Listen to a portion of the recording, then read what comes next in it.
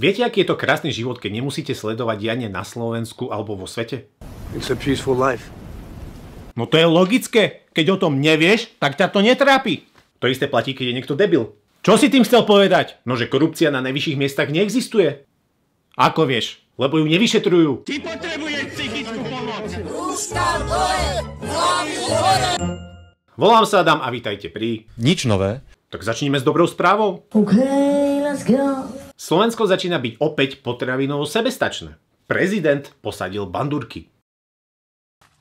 Takže by mal menej orať, lebo 18 000 je dosť na to, aby náš prezident v sobotu oral zemiaky. Premiér našej krajiny navrhol, aby nedeľa bola oslobodená od politických relácií. To je niečo ako Putinovo prímerie. Na druhej strane niekto si možno povedal: Has potential to be your best idea yet. Pozrite, nie je to jedno. Mne je to úplne jedno. Či sa naserem pred víkendom alebo počas víkendu, vždy budem naseratý. Taký moderátor na teatreke toho má dosť už aj cez týždeň. 23 miliárd. Pán Bartek, už stačí. No však v poriadku, len... Už stačí. Možno ten prezident by mohol okrem tých bandúrok posadiť aj niečo iné. Na upokojenie. Žem tu dobrá. Posadíme bandúrky i ganžu. KDH to samozrejme podporuje. Mám na mysli ten sabatika od nedeľných politických relácií. Nemyslel som tu Ja iba čakám, kedy sa znovu objaví zákaz nedeľného predaja. A potraty. Minister Eštok tiež vyjadril svoj postoj, že nedeľa má patriť rodine. Nedeľa má patriť rodine, nie politickým hádkam. Hádky hovoríte, hej? A nebude to náhodou tak, že zdrojom tých hádok ste práve vy? O čom to vy tu hovoríte? No. Ale viete, čo je škoda, že sa k tomu nevyjadril minister dopravy. To by nabralo, že úplne že iný vibe, alebo že iný feeling, alebo po slovensky, ako to povedať, takú inú atmosféru. I got family. Pochopili ste, ne? Ne? No. Dominik Toretto, family, rodina, rýchlo zbesil nič. A možno sa pýtate, že prečo oni riešia teraz takéto témy? No lebo... My sa staráme o ľudí na Slovensku. No vidíš, je o nás postarané, tak čo hučíš? Môžu riešiť aj takéto chlebové témy. Aj pohlavia. Presne. Aspoň keby ten chlieb bol lacnejší. Pre ľudí na Slovensku sme znížili DPH na mnohé veci, ako sú potraviny. Všetky potraviny išla dole DPH. Niekdajšia realitná podvodníčka dnes vedie štátnu agentúru pre nájomné bývanie. Toto už nie je možné, podľa mňa iba skúšajú, že koľko si to ešte môžu dovoliť. Ale ona sa už polepšila, bola pod dohľadom. Každý si zaslúži, má právo na druhú šancu. Nehnevajte sa na mňa, ale ja začínam mať pocit, že slovenskí sociálni demokrati vyberajú ľudí do svojich radov takto. Face me. Boli ste niekedy obvinení alebo obžalovaní? No jasné, že som bol, že sa vôbec pýtate za subvenčné podvody.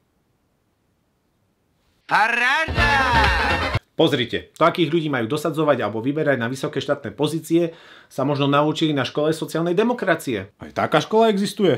Asi, hej, mi to minule vyskočilo na Facebooku. A čo tam učia? Neviem, ale ak je výsledkom Erik Kaliňák, tak... Není to boh vie co. Minister Eštok načrtol, o čo sa jedná s sociálnym demokratom. Hovorím to veľmi jasne, ako sociálny demokrat.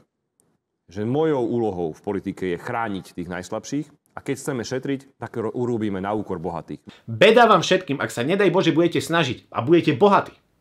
Beda vám. No ale on najmä spomenú banky, obchodné reťazce zdaniť, lebo majú veľké zisky.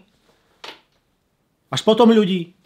Pointa ostáva. Dobre, vieš, že to nie je len o bankách. Inak povedané, ak sa snažíš a máš viac, budú ti brať viac.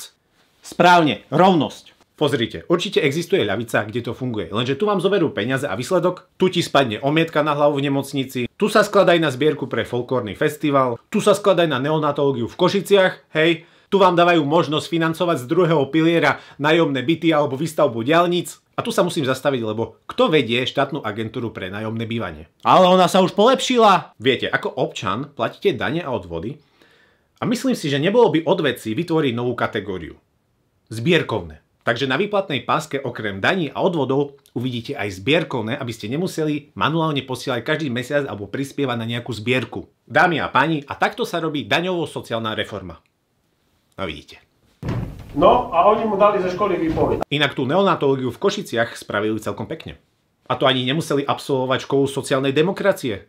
Ej, horsa sveta proletári, ej, horsa hladom múčený, už nášho hnevu sopka žiari, to bude výbuch posledný. Sa mi páči, ako tento stále rozpráva a súciti s robotníkmi, pričom jeho doterajšia jediná manuálna práca bola to, že doniesol 2 balíky minerálok do nemocnice počas covidu. S čím ale súhlasím je to, že každý si zaslúži slušný život. Ale zo svojho.